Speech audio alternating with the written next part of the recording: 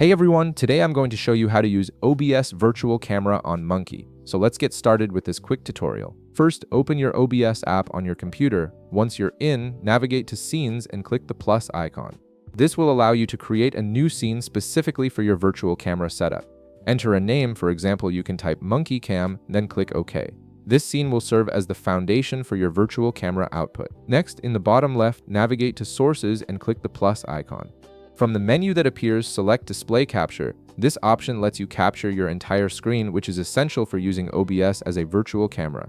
Enter your display capture name, for example, you can type Virtual Camera, then click OK. Now you'll see a display option.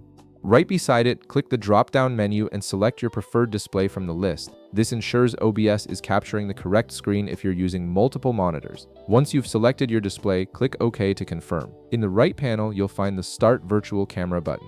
Click it to activate your OBS Virtual Camera. This makes OBS appear as a webcam option in other applications, allowing you to use your screen capture as a camera feed. Now, open your web browser, for example Google Chrome, and go to monkey.app. Log in using your credentials to access your Monkey account. Once you're logged in, direct your attention to the upper right corner of the screen, click the three dotted lines to open the menu, then select Settings from the drop-down.